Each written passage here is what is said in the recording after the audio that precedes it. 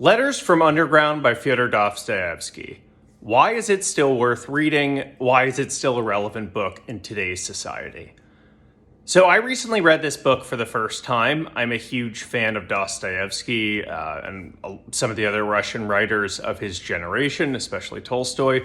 But Dostoyevsky still stands out among those writers because of some of the philosophical work that, philosophies that he laid the groundwork for. And one of those is existentialism. And this book is very much one of the formative existential documents. There's a lot of French writing that's existentialist. There's existential writing from all over the place. But this one is interesting, this book, because it portrays existentialism through a person's life, in a sense. And so it's fictional, but it really is relevant to the real world. And if you look up this book and you just type in Dostoyevsky Underground, you're going to see a bunch of different titles for it. That is because, and while I don't speak it, I understand that Russian's not always easy to translate to English. So we have to do our best as English speakers to title these books, to translate the words in a way that makes sense. So you'll see it written as letters from the underground, letters from the underworld, notes from the underground. I think letters from underground is very good. I don't like the underground because in English, when we say the underground, it makes it sound like it's a secret society. But this is very much more of a literal sense of this guy is the person writing the story, which is being read by someone who's discovered it, is based in a basement, more or less. And that's sort of how it's described. And he's just rambling. And the book is extremely, extremely haunting.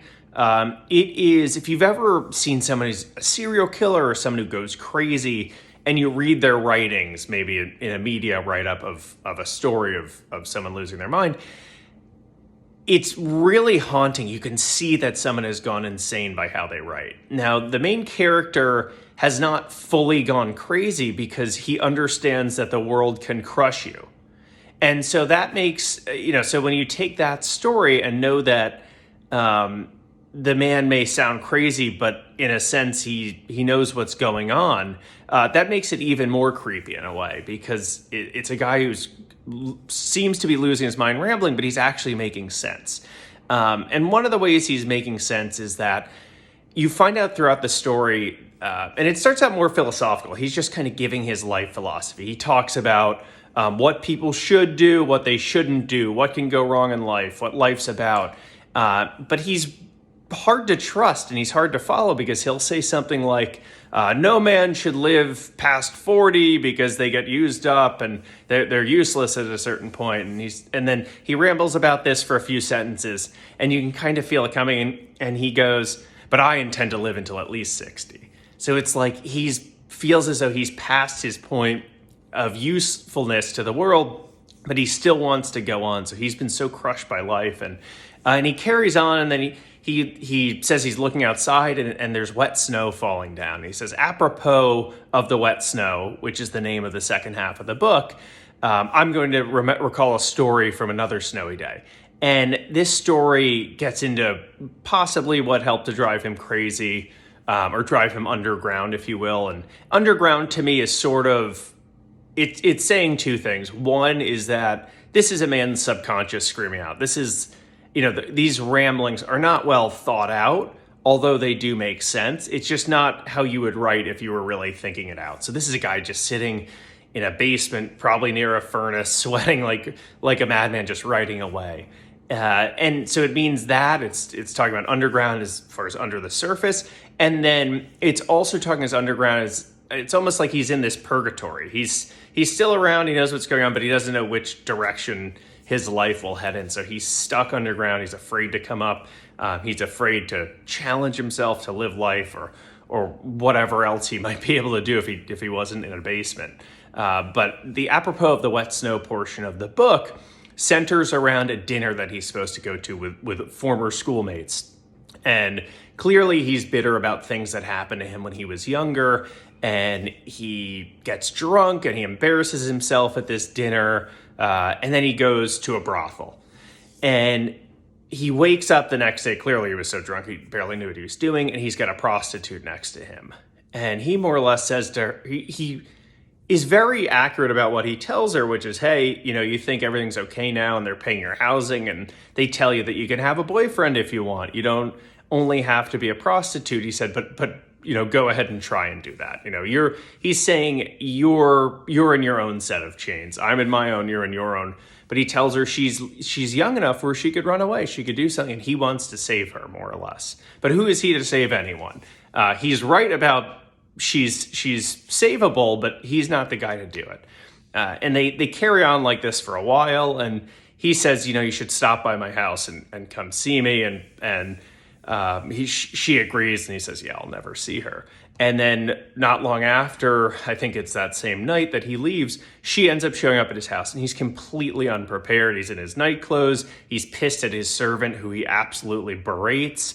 And I don't know if the servant is a representation of maybe him being able to help himself, like he's beating himself down. I don't. Maybe that's what Dostoyevsky's going after. But anyway, she comes over and she tries to help him, and it ends up with him just breaking down, crying face down on his couch. And he had left out 5 rubles for her, and he hands it to her. He can't even look at her. He is so low that he can't even make eye contact with a prostitute, and he's just so crushed by life. And he hands it, and then later on he goes upstairs and he finds a crumpled up $5 ruble note, and he never sees her again. And that seems to be the final straw, and then he heads underground. But it is, the wet snow aspect of it. Anyone who's shoveled wet snow knows it's insanely heavy. It's like you shovel powder, you could do it. You may pull out your back. You shovel wet snow, and you may as well have gone to the gym for 3 hours. I mean, that's a tough workout. And I think that's what Dostoyevsky's saying. This wet snow has basically just fallen on this man over the years, and he is just weighed down so much that he can't even emerge from underground, even though he's still living. And this book is fantastic in the sense that it is, when everything goes wrong in life, this is what it can become. Especially back then, there weren't many ways to improve your life. You didn't have a bunch of jobs. You didn't go on Indeed and find a new job and move to a new town. You kind of were where you were. And if things went south and you didn't have a structure around you to keep you happy and support you, you were out of luck. So it's very influential book in existential thinking. It's a very dark book to read. It's impactful if you read it, but I think it's very important to read. And it's very easy to find for free. So I hope everyone goes and finds it. It'll take you 2 or 3 hours. It's a brief novella. It's not, you hear Russian novels and you think it's going to take you 10 years to read. It's not like that. You can read it in a day or a weekend. But I think everyone will get something out of that book.